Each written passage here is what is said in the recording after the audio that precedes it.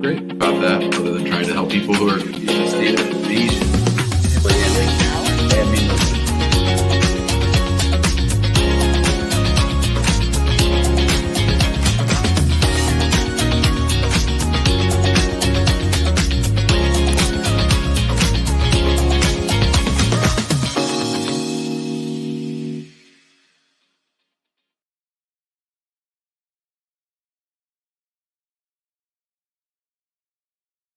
Welcome back to the Immigration Answer Show. My name is Jim Hacking. This is episode number 472 of the Immigration Answer Show. I'll be here for the next hour trying to answer as many of your immigration law related questions as possible. How's everybody doing? What's going on in your neck of the woods? My friend Hoolie's here. She's watching the comments. She's keeping track of things. We are getting ready for our firm retreat on Friday, so there will be no show on Friday, and Thursday's show will be early. I think tomorrow I'm going to do the show at 2 o'clock. I think tomorrow at 2 o'clock, not 3 o'clock. So I probably need to move that on the calendar. So we'll probably do it at 2 tomorrow. How's everybody doing? What's going on? What is going on? Who's here? Robert is here. Carolyn is here. Maggie is here. Shauna is here. And Glenn is here. Good to see everybody. I will be here, like I said, trying to answer your immigration questions for the next hour or so. I hope you bring the heat. Bring me the good questions. Bring me stuff that's tough. Bring me the stuff that's confusing. I will do my best to answer. I'm going to go to longtime listener to start the show. Hello, longtime listener. Can you hear me, Jim? Got you. How are you, sir? I'm well, thanks. I'm a longtime listener, and thanks for everything you're doing, Mr. Jim. Quick question. I know you don't deal with the student visas, but a very weird thing happened on a student visa. I just need your quick input for that on behalf of my friend. So he walked into the embassy, did the interview started, and the visa officer started asking the regular question, why are you going to the US, why this university? And then all of a sudden she said, oh, wait a minute, did you apply for Canadian visa? And to which he said, no, ma'am, I never did. She said, no, you did. I can see in my system you applied in 2018. And he said, no, ma'am, I never did. And from that on, the interview, she just denied the visa. And he was so surprised, and he's looking for the option, like how can he prove that he has never applied for a Canadian visa? The only reason he can think about is maybe because he has a very common name in India. Maybe somebody else has applied for visa, and it just popped up in the system. So what he can do, Jim? So this was a student who had already come to the United States and he was coming back to get a stamp in his passport? No, first time. He's applied for first time, yeah. No, there's nothing he can do. So do you think if he can apply again and explain it to them, just give it a closer look, maybe the parent's name is different or the date of birth is different, there has to be something from their system. If they want, they can look into it. Do you think? But you just said the one thing, if they want. That's the thing, is getting them to want, right? So they don't want. Okay, but certainly worth trying, certainly worth applying again and seeing what can happen. But okay, don't be buying in tickets. Did you ever heard about this kind of a similar scenario happening with anybody? Sure. Okay. Especially, but they could be lying. They could have just made up a reason why they didn't want to give them the visa. That's so ridiculous. Okay, yeah. Jim, I'm not going to hold you for other people. Thank you so much for your input again. Thank you, sir. You got it. All right. Matt's back. What's up, Matt? You're on mute, Matt. It seems like I'd have the hang of it by now, right? Anyway, I've got the headset on. This is better. No echoing, right? I don't know. We'll see. Okay. Good. I have one question for you today, and that's it. It's something we're trying to get the money together right now. I have a plan. But I appreciate the new options that you have. That I got an email about the new. I can't remember the name of it right now, but it's BYD Cash. Yep. Yes. You're really bending over backwards for people, and that's really cool. so this is where we're at right now. I'm wondering, 6 months for my beautiful new wife, Priscilla. Say hi, Priscilla. Will be the middle of February.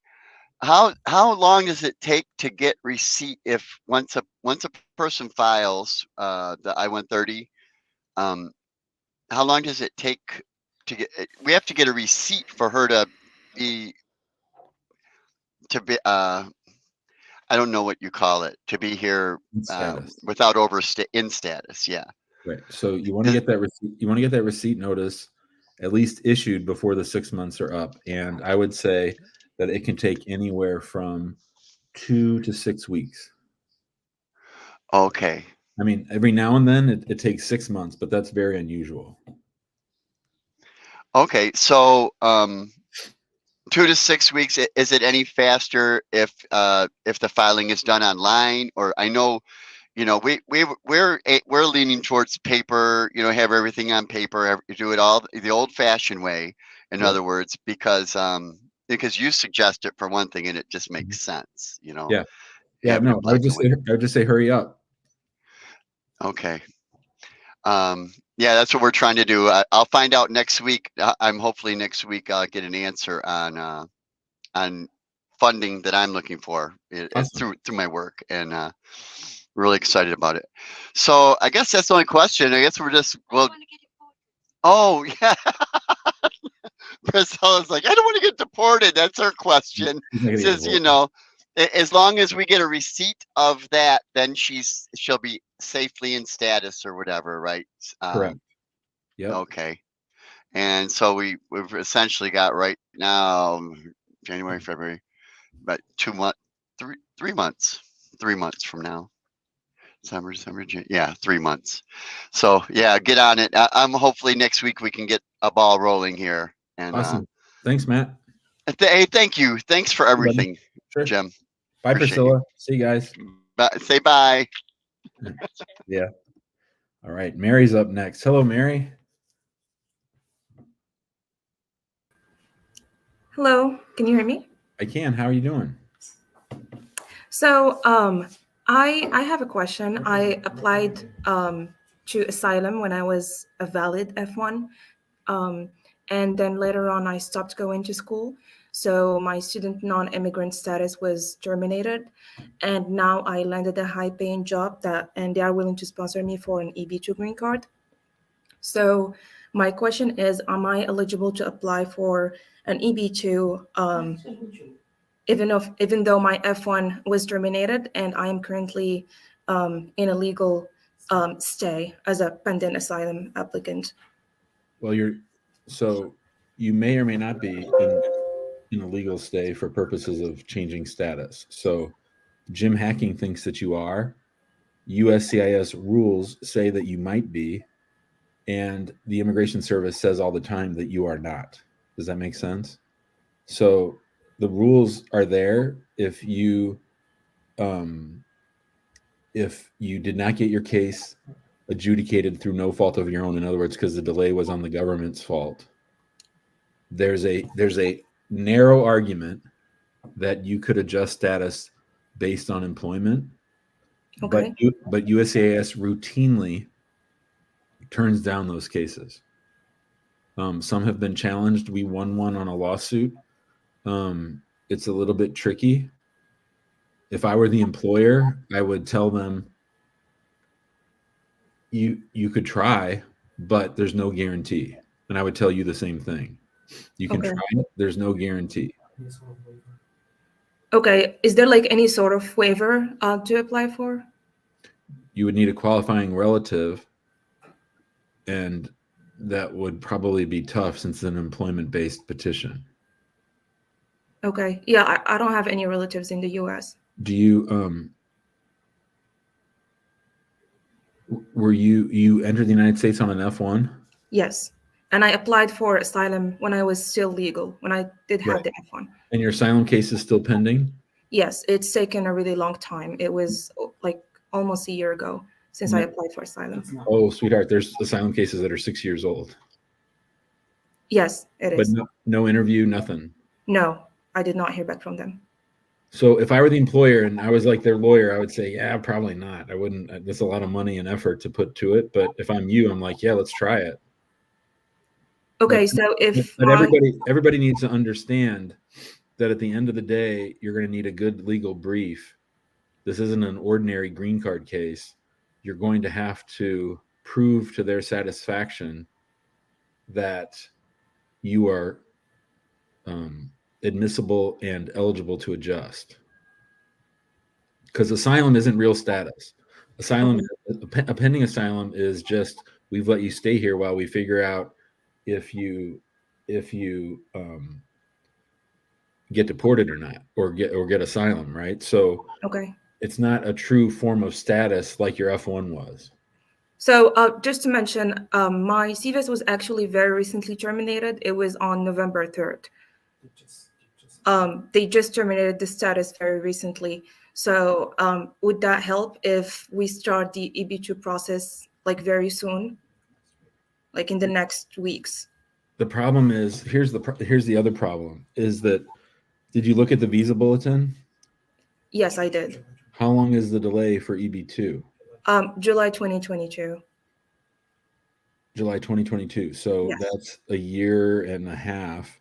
You're going to be, before a visa is available for you to apply for, you're going to be well beyond 10 days of applying. So the filing, the employer can't file the I-140 anyway for a year because they got to go through perm and everything, right? Yes, correct. So you're not going to have any real status for that either. Yeah. Now, one question you might ask yourself is, if I leave the United States right now and the employer wants to sponsor me for a green card, can I go sit in some third country, not where I applied for asylum from, and then get an immigrant visa based on the EB2? I am not sure. I mean, I can't go back to my home country, and I don't really have any other country that I can go to right now. It's tough. Yeah. So what do you suggest me to do? Like to go into the EB2 route anyway? This is too complicated for me to tell you over this show. There's too many moving parts. I can only lay out for you what the law is and what I see, but Okay. you have to make that decision because there's too much at risk here. And because that employment-based green card is such a long shot. If your CVIS record just terminated 10 days ago, then I believe you should give serious consideration to either leaving the United States or going all in on your asylum case and forgetting this employment stuff. Okay. Because I just think that's going to be a really hard road to hoe, and just hopefully you have a strong asylum case. Okay. Okay. I mean, this is the main question that I really had. Thank you so much for your answer. Good luck, Mary. Sorry, our laws aren't better to help you. Thank you so much. I appreciate your help. See ya. Yeah, good luck. Michael is here. Hello, Michael. Hey, how you doing? We got two old guys with beards And glasses. and glasses. Yes. How you doing? Right on. Hey, good. Thanks. Thanks for taking my call. Sure. I've got a question about translating documents. Okay. I'm working on a I-131 for my son, and 2 weeks ago, I finally heard back after 2.5 years, and they said, "Thanks for the documents, but we need them translated." And I've Googled it, I've searched it, and I know there's services that will do it for a fee. And in Mexico, I know there's some of the notarios that'll do it for a fee. How important is it that the person be certified? And not much. My name is Jose. I'm fluent in English. I'm fluent in Spanish. The foregoing is a true and accurate translation of the English to Spanish or the Spanish to English. Really? And I read something about notarize it, get it sealed and everything, notarized. Yeah. But why fuck around with it? Why not just pay $50 and get it done? Why mess around? Why be cute? Because it's more like $250 for just one of the documents. And you're talking about an I-130, right? Not an I-131. You said an I-130. Might have said 31. I-130. You're right. Yeah, okay. I misspoke. That's okay. It's just I-131 is something different. But yeah, so pay the money, be done with it instead of the back and forth. I mean, by not sending in the translations the first time, you've already lengthened things a couple months anyway. So, you know, but you don't have to spend $250. If you know someone who's fluent in Spanish, who's not related to either the applicant or the beneficiary, just do what I said. Just put that certification in there and you're good to go. Cool. But make sure it's a good translation and make sure it's formatted right. You know, the nice thing about paying for it is they know how, I mean, they probably do them all the time. So it looks nice and it syncs up. That's the thing, is you want it to sync up. You don't want to do some rinky dink Word document where your shit's way over on the left-hand column and it's hard to follow back and forth. Okay. Cool. Good question. Good. Thanks a lot. That's all I had. Awesome. The I-130 has been approved, right, Michael? Well, approved by USCIS. It's been received by them, but the stage that we're at is I submitted it all initially, like I say, to about 2.5 years ago, and then they finally responded a couple of weeks ago for the first time. They acknowledged that they received everything, but it hadn't moved until about 2 weeks ago. And so now there's National Visa Center or USCIS? USCIS. So you're telling me you have an I-130 that's been pending at USCIS for 2.5 years? Yeah, it was submitted February 4th, 2021. That's really messed up. Is this a stepchild? Adopted. It's an adoption. Oh, that's why. Okay. All right. Well, good luck, That's Michael. what it is. Right on. Thanks, man. Cool. All right. We'll see you. Got it. Yep. All right. Yasser Sohi is here. Hello, Yasser. Yasser's down in the basement. Yasser, you there? He's just chilling. Hello, Yasser. All right, we'll come back. James is here. Hello, James. Hello, team. How are you? I'm gonna park my truck this week and talk to you. Sorry. Okay, that's okay. Yeah. Everybody's working. James is working. Yasser's down in the basement. Hey, everybody, while James is parking, go ahead and get in the waiting room. The waiting room is only about half full, so if you have a question, this is a good time to ask me. James, are you good, James? Yes, sir, I'm ready. All right, buddy, what's up? Hey, team, I got a couple questions. I'm originally from Rwanda, and I got married to somebody from back home in Uganda. Can you hear me? Yeah. So what's your? Yeah, she's a Rwandan national, so we got married in Uganda. So I was wondering, if I file my 130, can I say she's gonna have everything processed in Rwanda? Is that a good idea, or should it happen in Uganda, where we got married?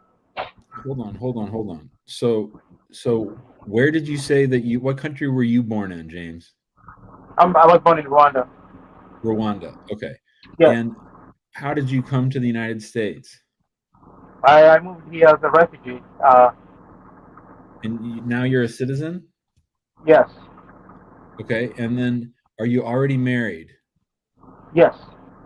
Okay. And you're I don't care where you got married. That isn't important as long as it's a legally valid marriage. The question is, where does your spouse live? She lives in Rwanda. And does she want? Do we have a consulate that's open in Rwanda? Yes, the consulate is open in Rwanda. And what is her nationality?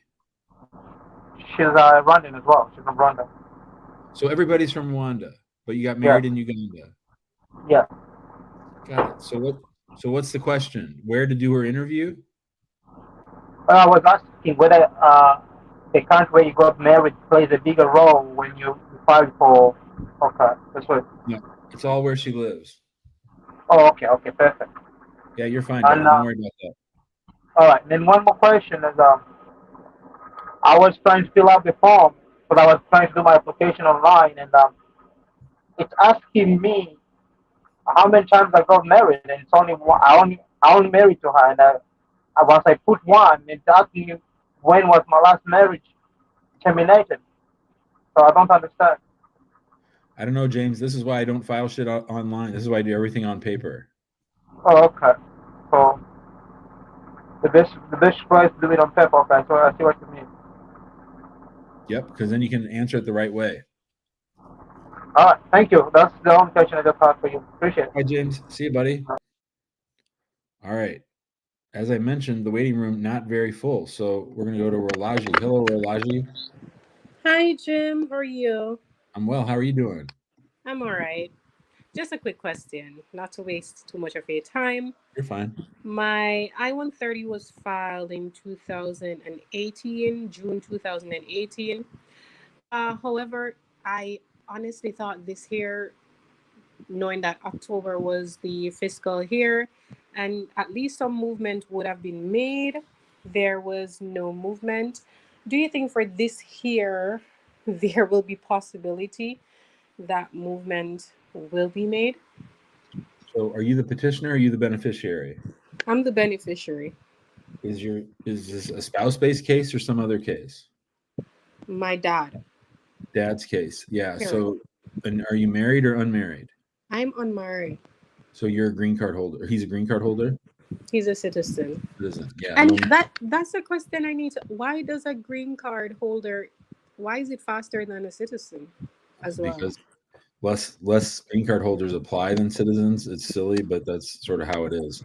In Okay. answer to your question, a lot of people on this call and watching this show will comment about how long they've been waiting and the priority dates haven't been moving. This is all a problem that's not being addressed by anybody. So my honest answer to you is no, I don't think there'll be much movement anytime soon. There won't be, No. because they did said it would take 7 years, but I'm honestly thinking it will not. Yeah, no one has seen much movement lately. So yeah, I think that's right. Okay. Well, that's the only question. Thank you, Jim. Bye, Rolaji. care. Good luck. Yeah, for sure. Bye. Thank you. All right, that was Rolaji. Hey, this is for James. I think his name was James from Rwanda. You better transfer your case to Rwanda because Kampala, they don't process CR1 or IR1. So I think she's in Rwanda. I think that's what he said. So I think we're okay. All right. Yasser's back. Let's see if Yasser's got his sound going. Yasser, can you? Hi, Mr. Hi, buddy. Jim. How you doing? I'm doing great. I'm doing good. You hear me? I hear you just fine. Go ahead, bud. Yeah. Actually, I'm Sudanese citizenship, and I came through the border. Now I'm in the removal proceeding. Mhm. I have a court date, master hearing court date in February 2025. I can apply for, I know that I can apply for TPS, and I can go through the asylum in the court, and I will applying for the form. Then I will get that benefits, work authorization, and all of that stuff. My question, if is that possible, if I apply for TPS and I grant it, is that stop or cancel my hearing court date, all of that process? I don't know that you can apply is for that better TPS. for me to stop that? Yeah. Who told you can apply for TPS? I don't think you can come across the border and then apply for TPS. I don't think that's how it works. I think there is TPS for Sudanese. I know, but you have to be in the United already. You have to be in the United States when they announce the TPS. You have to be here when they announce it. You Yeah, can't come. already actually I'm in USA. In USA here, I'm in Nebraska from that time. You were in the United States when they announced TPS? Yeah. Okay. All right. So what's the question? TPS is okay. It's no status. It's no path to a green card or anything. But it's better than getting deported. Yeah. Is that correct? It's be the reason to the judge to terminate or dismiss my case, all of that thing. Maybe, but there's no. That's okay. You get to stay, but that's it. So you get to work and stay, but you don't have any real status. I mean, I already applying for asylum through the court. I will go to the court to fight for my case. You know that Sudanese people right now in my country, we have huge war.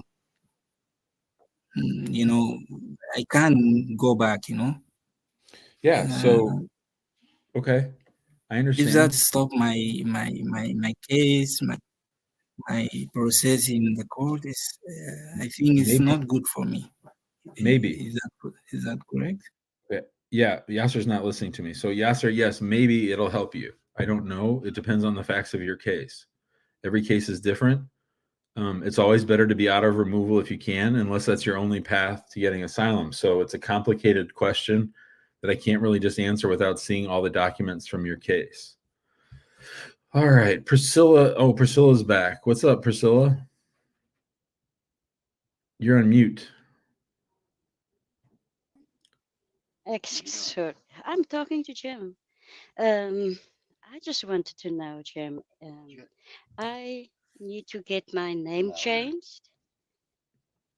Don't do that now. So Wait till later. Don't do that now. Do it later. he said I should wait. Wait till after. Yeah, Wait wait till you till get, after.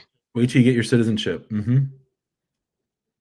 Okay, so if I apply for green card and stuff like that, my name shouldn't be changed. I would not change your name.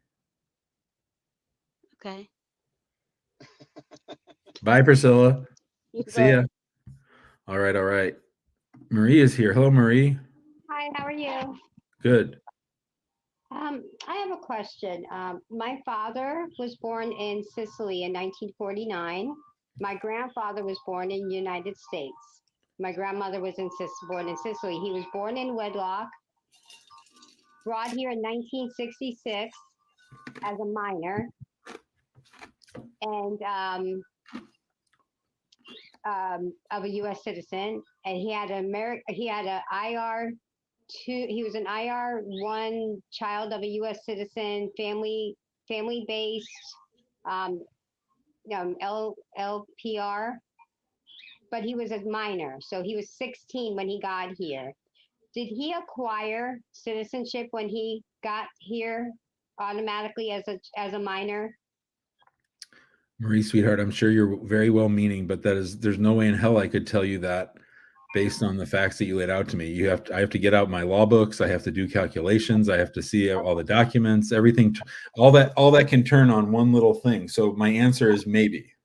My grandfather did register his birth in Italy when he was born. Mm-hmm. Does that it said acquired, and it's actually said both citizens. Like my grandmother was just got rights the year before, women rights, but my grandfather was still a U.S. citizen and then served in German war. Is there someplace that this is 22 years. My dad's gonna die if he needs to come home. He's been gone forever, and we didn't even know he was deported 22 years ago. He was a union worker. He was here 33 years. Is there somebody? I have an attorney, but I'm doing I'm doing a lot of work, and I'm frustrated because my dad only has a half a lung, and I don't want him to die alone. And I want to know, is there something I can do besides calling? Because it doesn't have a date where he can come back. It says that Attorney General can reverse it. So, Marie, this is a very complicated situation. We'd have to get his whole deportation file. We'd have to get his parents' immigration file. We'd have to see. Yeah. So this isn't something that we would help with because these cases are very, very hard to win and very, very stressful and a lot of work. So I think you might want to keep looking for a different immigration attorney, but I'm not surprised that you're not being able to get answers because he might very well be a citizen, but to clear it up now in 2023 is pretty hard.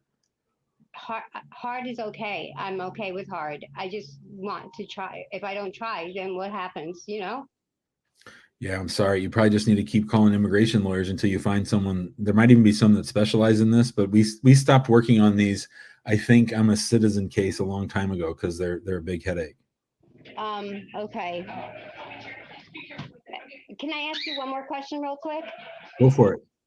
If he was deported, and this was in 2022, before there was ICE, if he was deported because it said he had no ties to U.S. citizenship, but when he got back to Italy, all his obligations were to United States, does that mean anything? Because he has pension. I don't know what that means. All of Meaning his obligations. all his taxes were paid to America after he was deported. That has no impact on whether or not he's a citizen. Okay, that's what I needed to know. Okay, great. Sorry, Marie, I couldn't be more help. It's okay. Thank you for your time. You got it. See ya. All right, so you're listening to the Immigration Answer Show. Today is Tuesday, the 14th of November. The election's just about a year away, and I want to share with you some news from the New York Times. I made a video about this. I made a TikTok about this. And this is an article on the Sunday paper about Donald Trump's plans when it comes to immigration. Now, of course, nobody really thinks he's sitting around thinking about immigration, but various news stories have reported that he's surrounding himself with loyalists, that one of the reasons he thinks his administration was undermined the first time was that he had appointed traditional Republicans and people who cared about the rule of law. They're not going to make that mistake again. And so they are going to try to impose an imperial presidency where the president is basically king and can do what he wants. So they're interviewing thousands and thousands of lawyers and apparatchiks who will just do whatever Donald Trump says. And one of the big themes of that is immigration, of course, because, of course, on the day he announced his campaign the first time, he talked about Mexicans being rapists and they're not sending us their finest.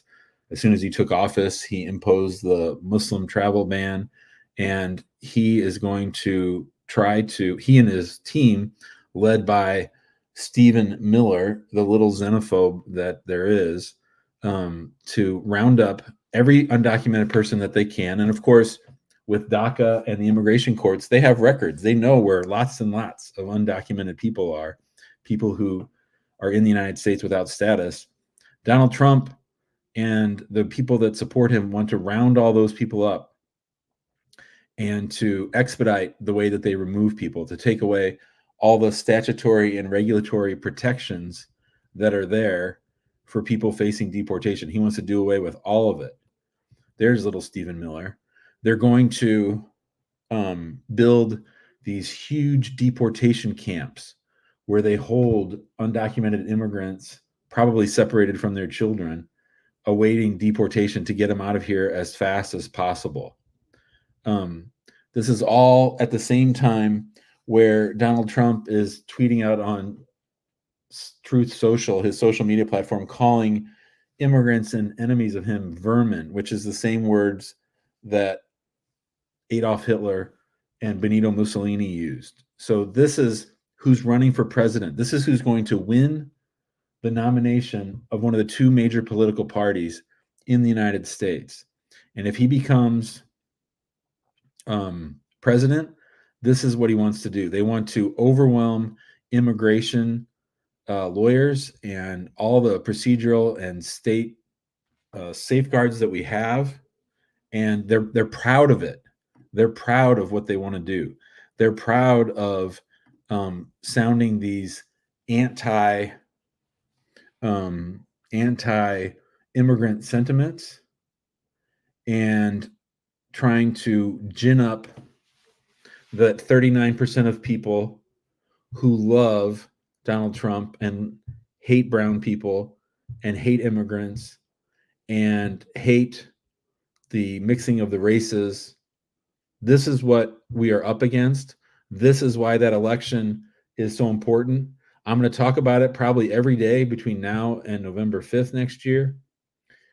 Say what you want about Joe Biden, and Joe Biden is not an inspirational candidate. He is older than dirt. He's boring as F. I get all that. But if you care one iota about any immigrant, not just one immigrant, legal or undocumented, you've got to do what you can as a U.S. citizen to oppose Donald Trump. You've got to do what you can to help Joe Biden get elected These people are not fucking around. The first time around, Mitch McConnell cheated, stole 1 or 2 Supreme Court seats from the Democrats. They packed the lower level courts with Trump appointees, people that are loyal to Donald Trump, like this clown that we have presiding over the case in Florida, who has no business being part of the federal judiciary. And they are going to uphold all this crap that Stephen Miller wants to put in place. So you guys have to pay attention to this. If you have friends who are citizens, or if you are married to a citizen, this is not the election to stay out. This is the one to get involved in. This is the most important election of my lifetime. It's the most important election of our lifetime. And that's just if you care about immigrants. I mean, all the other terrible things that the Trump administration would mean. I don't want to be alarmist. I'm not trying to scare people, but this is what they are saying. And if there's one thing I've learned about these people, is what Maya Angelou said, and that is, when people show you who they are, believe them the first time. So here's the thing. I told everyone when Donald Trump was running for office that he was a racist, that he was sounding racist dog bells, and he was always able to sort of couch it in this, oh, I didn't really mean it. Oh, they're taking things I said out of context. And that gave cover to all the people who liked what he said, but didn't want to publicly say what they said. I was calling it out back in 2015 when he was a candidate. I knew exactly what he was doing. I saw where we were headed, and I was 100% right. I wasn't 95% right. I was 100% right. I lost friends because I told them, this is bullshit that you're supporting Donald Trump. And this is what he's calling for. They didn't care because they were white, they were privileged, and they were safe. But I knew, as a Muslim and as married to an Arab and the father of mixed race children, that this was not going to be something that ended well. And I was 100% right. So now, for all those people who voted for him last time and said, oh, we didn't really know he was going to be that bad, you can't say that anymore. If you vote for him, you're voting for this. You're saying that's okay. You're saying we want to return to separate but equal. We want to return to women being forced to have abortions after being raped. If you vote for him this time, if you don't vote against him this time, you're supporting that. You're supporting that. You're saying that's okay. Munir, you got to be joking me. Let's talk about Biden's 5 decades of racism. Who gives a fuck? Is he a threat to you? Is he a threat to immigrants? He is not. He is not in any way, shape, or form a threat to anybody in the same degree as Donald Trump. It's a total joke to say, what aboutism? What about this? What about that? If you are supporting Donald Trump, you're voting for everything I just said. You are voting for everything I just said, and you're saying it's okay. You're saying what he did for 4 years was okay, and you're saying what he's proposing now is okay. I have every confidence in the world that Joe Biden will beat Donald Trump. I called Donald Trump beating Hillary Clinton. I knew it. I called it weeks before. I have a recording of me saying it on stage that the Muslims better be ready, because I knew that there were a whole lot of people who really liked what he said, who really are worried about the browning of America, who want America to stay white, right? I knew from a kid that when David Duke, an ex-KKK Klansman, ran for office in Louisiana, that only 4 or 5% of people on the phone said they would vote for him. And he ended up, a former KKK Grand Wizard, ended up with 30% of the vote. So I knew that same shit was going to happen with Donald Trump, that he was polling low, but Hillary was so hated. I knew Donald Trump was going to win, and I called it. So I hope and pray that everybody's taking this seriously and that everybody's going to vote for Joe Biden. And I don't like Joe Biden. I have lots of problems with Joe Biden, but I'm a sophisticated enough voter and I'm a smart enough man to know that in an election, It is binary. Like somebody said in the comments, it's a binary choice. You have a choice for Donald Trump. You have a choice for Joe Biden. You have a choice for two different futures. And if you want camps at the border and raids by ICE all over the country, trying to find every single undocumented kid, grandma, abuela, dad, hardworking people, who do you think's doing all this work for you? Who do you think's keeping this the country running? You know how this country's running? This country's running on the back of immigrants. You want to round up 13 million of them and ship them out? Give me a joke. Give me a break. Give me a break. I'm sort of inclined to end the show right now, but I'm going to calm down. And I did want to talk about that. I wanted to get that off my chest. I'll probably talk about it some more. If anybody doesn't like it, you know, there's lots of other YouTube shows that you can call in, but that's the deal. That's the deal. All right, let's get back to business. Let's talk about some immigration. Manuel is here. Hello, Manuel. Hello, Manuel. You're on mute. Hello. Hi, buddy. Hello. My name is Manuel Moraes, and I would like to know one question about the DV lottery. Okay. So I was selected, and I'm ready here in US. I come with F1 visa. I intend to apply for asylum process. I have reasons for that. And my question is, can I make adjust of status when my case number will be available? You've confused me because you've thrown too much at me, okay? So you came to the United States on an F1 visa, right? Yes. And you did apply for asylum, or you're going to apply for asylum? I not applied yet, but I intend to apply. When did you enter the United States? 3 months ago. Okay, so just so you know, you need to apply for asylum within 1 year of arrival, okay?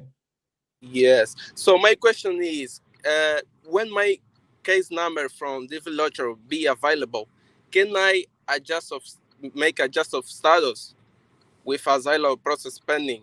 Most likely, no. Most likely, you need to. Did you get picked in the lottery? Yes. So you need to keep going to school. Do not rely on asylum. Keep going to school. Forget it. If you won the DV lottery, forget asylum. Just stay in school. Awesome. Thank you. Bye, Manuel. Bye-bye. See you, buddy. All right, all right. Anna's here. Hello, Anna. Hi, Jim. Hi. Thank you so much for taking my call. Of course. Well, I am from Ecuador. I've been married. My husband, he's American. He lives in the States. We've been married for 6 years now. We've been in this process for a long time. So finally, we have my interview next week on Monday. Where's your interview? In Guayaquil, Ecuador, here in my country. Okay. So, well, I have a question, and it's eating me alive. Basically, when my husband submit all the information on the forms about his previous marriage, he put the information of his last marriage. He has been married twice. He didn't put his first marriage that was like 30 years ago, basically when he was in college, you know. And he didn't put that. He actually understood that he had to put his last marriage, and that's the information that is in the forms. National Visa Center never asked for any other divorce decree but the last one that he has. And when the documents were approved and finally arrived to the consulate in Guayaquil, they asked me a few documents that they were missing, which I already submit, but they didn't even ask about my husband's first marriage. So my question is, during the interview, I know they're going to ask me about if my husband has been married before. And I'm going to say, you don't know that. They might not. Yeah, that's what it's. I mean, I am very nervous because. Let's back up. Why is this case? You said you guys have been together for 6 years. Yeah, well, we've been married for 6 years, been together for 7 years. So, and you're his third spouse? I am her his third wife. Yeah. Okay, so did the first or second case involve any kind of immigration benefits for anybody? No, No, they were all American, both of them. So what were the years he was married to number 1 and number 2 and then to you? I believe number 1 was in the early 90s. He's 50 years old now, so he was like 18 years old when he, he got married. He has to get married. He has a kid from that first marriage, and then after that, he got married again, I believe, in the early 2000s, and then he got divorced in 2005, and since then he has been single until we got married in 2017. And do you, Anna, for your interview, have both divorce decrees? No, that's the problem. I only have the divorce decree of my husband from the first one. I don't have the other one.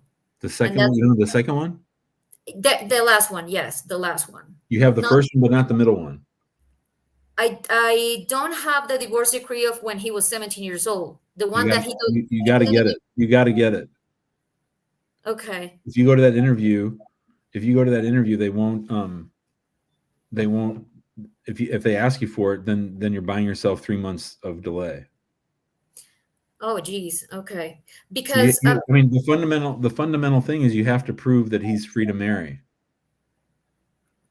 Well, the thing is that after he got divorced from his first marriage when he was a kid, this last marriage before mine, that's the divorce decree that I have. I do have that. Yeah, but listen, sweetheart, listen. The fact that he got married a second time is not proof that he validly divorced the first time. That's what you need to understand. Does that make sense? Yeah, totally. So the burden is on you to prove that you're both free to marry on the day that you got married to him. I see. Okay. Now, and here's the other thing that you need to worry about, not to pile on, but he had 2 chances to list his prior marriages on the I-130 and on the DS-260. So it's 2 things. That looks more like sneakiness. Yeah, he never mentioned that before because he understood that he has to put the information of his last marriage before. But how did he understand that? No one understands it. It says list all your marriages. There's no understanding. That's not going to fly. Yeah, I don't know how to fix that before the interview because I think I still can submit documents. Well, you can bring them with you. I don't know if you'll be able to upload anything now. Yeah. And the thing is that this marriage has been for 30 years now. And I don't know. He doesn't even know if he still has that divorce decree. That's the thing. So I am extremely nervous because of that. And I am not going to lie.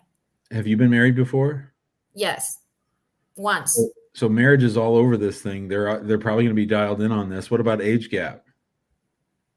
Oh, I'm 45. He's 50. Oh, so that's fine. I thought you were like 30. Oh, thank you. So So basically, I should bring, even if it's a copy, because I'm pretty sure I'm not going to be able to get an original divorce decree from 30 years ago. That's my main concern. Why are you sure? Because he's right now in Texas until he sends these original documents where I am. I don't know if it's going to be possible. I think what you want to say is, I'm going to get this done. I'm going to hire a lawyer to wherever it was he got divorced and go down to the courthouse. I'm going to pay them $1,000 to get me this divorce decree by Friday. That's what I'm going to do. Okay. That's got to be your mindset. Otherwise, you're going to get smoked. Okay, I see. So that's my chances now. It's your burden to prove that you're both free to marry, and that's the whole shooting match. If I don't provide that document, then they will have to they'll put you in administrative processing, and you go into this no man's land where it's 3 months, 4 months before anything happens. Oh my God. Okay. I understand. I know what to do now. All right. Thanks, Anna. Good luck. Let us know if it works out. Okay. See ya. I will. Thank you. Okay, bye. Bye. All right. Troy's up next. Hello, Troy. Oh, good night, Jim. How are you doing? I'm well. How are you doing? I just have a quick question. I need some information. My wife and I, we got married. I'm from St. Lucia. Okay. We got married down here in St. Lucia, and she is a green card holder, but she's in the process of getting her citizenship. Now I'm looking at the table, which is for December, which says 1st of September 2023. And our receipt notice has July 27th, 2023. But I don't know if when she gets her citizenship and she adds it to the information that we give, if the table is still valid. No, once she becomes a U.S. citizen, you throw the table in the trash and you say, "Yay! I don't have to worry about that stupid fucking table anymore." So has she applied for citizenship? Well, she's applying in December. She got her green card from her father, and she had to wait, I feel, 5 years. Well, 4 years and 9 months. So if she can apply 3 months early, you should check that. Okay, so you don't have to wait the full 5 years if you can apply 90 days early. So if she can, she should do that.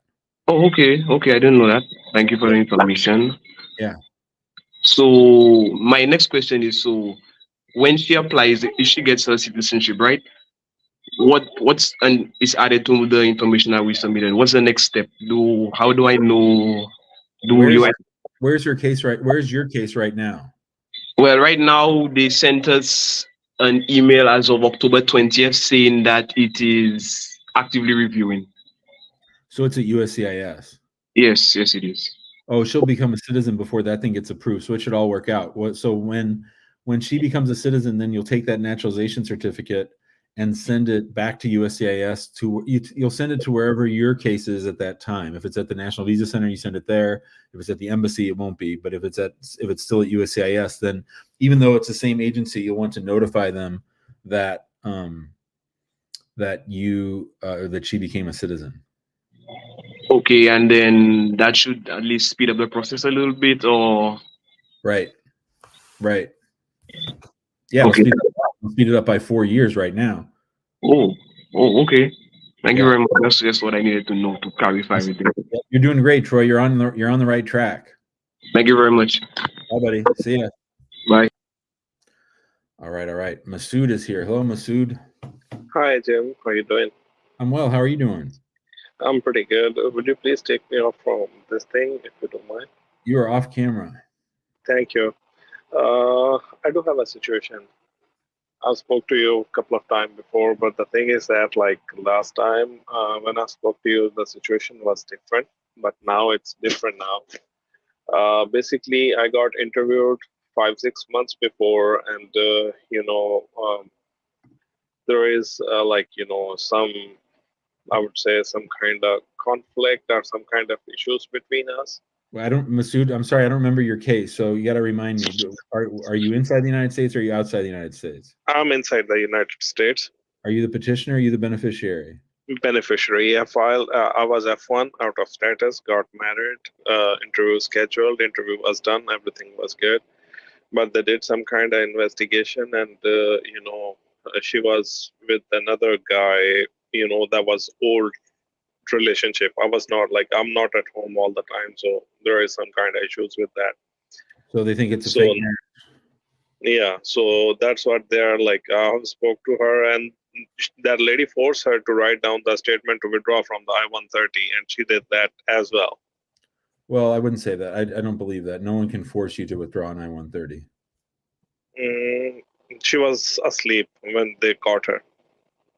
Okay. So maybe they tricked her into doing it. Okay, I gotcha. Yeah, she was asleep when they caught her, and when somebody has your head and saying you're going to jail and blah blah blah blah, whatever the crap. Yeah. So now the situation is she's kind of scared with all these things, like what is happening in my personal life, because I'm driving and I'm not all the time at home. I think what you mean is I'm about to lose my green card, or I'm about to lose my case. I have no status. I was already out of status. I'm probably going to be put in removal. I think I don't care about your driving all over the place. What's your immigration plan? So what are the ways for me, like what I can do from now? Like, can I, wait for their answer? Like they will send me a denial letter, because I didn't got any letter for so far, or what's going to happen after that? Yeah, but they're going to send you a denial letter with a notice to appear in immigration court. Okay. So now you're right back. Now you're right back where you were after you stopped going to school, and and you're worse off because now they think you entered into a fake marriage, and she said that you did. Oh, no, my wife didn't said that, but that lady said that thing. Like she perceived that thing. Do it. So it's that's almost an admission. I'm not saying it's a legal admission, but it's almost an admission that the marriage was fake. Okay. In other words, you have the stink of fraud around you. They might not have had. Well, you said they went and they did an investigation, which means they've worked hard on your case, which means when the denial comes, it'll probably outline everything that they did and how they found out that she had a secret, or she was still with her old boyfriend, and that, they think your marriage was fake and solely for the purposes of immigration, and that's going to keep you from, even if you married a U.S. citizen tomorrow and it was 100% real, they're going to be much more suspicious than they would have been if you ever had never filed before. What do you mean by this thing? I didn't get it. What I'm saying is you're worse off than you were before. Now you have the stink of fraud. So even if you if you married someone from your home country who's been a standing up citizen in the United States for a really long time, they're not going to believe you because you got married out of status. They got your prior spouse to withdraw the case. They think it's all fake. They think you're a fraud. Okay. So does that kind of case is still approvable, or like it's going to be really hard time, like it's going to take longer than usual? If you came to me, let's say that she withdraws the I-130 tomorrow, which would be the best thing. Well, she already did. If they don't issue a decision, and you came to me 2 years from now and you said, Jim, this is what happened, but now I'm married and everything's cool. We have a kid. We've got a great relationship. She knows everything about my past. She's tough as nails. She's ready to go. She's ready to fight. She wants to keep me here in the United States. I would charge you at least double, and I would cut your chances of success a lot because I would say, I don't have to just prove. The easy part is proving marriage number 2. The hard part is proving that marriage number 1 wasn't fraud. And I got to go out and find the old ex-wife, and I got her to sign a statement that says they scared the crap out of me. It was real, but I was so scared. But I mean, it's going to be a hard road to hoe if they've gone out and found her old boyfriend. Okay. Okay, that's cool. Got it? Now, like, unless until I have not got any denial notice or anything from that side, so this thing is gonna be still as it is, it's going, and after that, like, every status that's been gone here, right? Like, I can't work, I can't do anything else after that. Nope. Okay, and I can appeal on that or not? If an I-130 is withdrawn, there's nothing to appeal. Okay. Bye, Masood. See you, buddy. Thank you. Okay, bye. All right. Ray is here. Hello, Ray. You're on mute. Hello, Jim. Thanks for taking my question. So I am an asylum applicant since December of 2016. I'm just wondering, my previous status was F1. I graduated and then I applied for asylum. It was outside of the 1 year deadline they have. I hired an attorney and, he helped me file for that. Okay. But I've been waiting ever since then. So what options do I have to get called to an interview? Well, I could get you an interview really quickly if a case has been pending 7 years, but I don't know that you want one. If you filed late, that's a big problem. If the asylum case isn't really strong, that's a problem. If you feel like you have a really strong asylum case, it's a strong one. It's in the 9th Circuit. My attorney feels confident it's a strong case. So here's how we handle those. So what we do is we ask the person to send us a copy of their file. We look it over. We see if we think it's strong. If we think it's strong and you're comfortable, are you in California or somewhere else? In Washington. Washington. Okay. But still the San Francisco Asylum Office? Yes, that is correct. So the California Asylum Offices, LA and San Francisco, they've been playing games with us when we sue them, especially Los Angeles. San Francisco, not so much. So if we sued them, Yeah.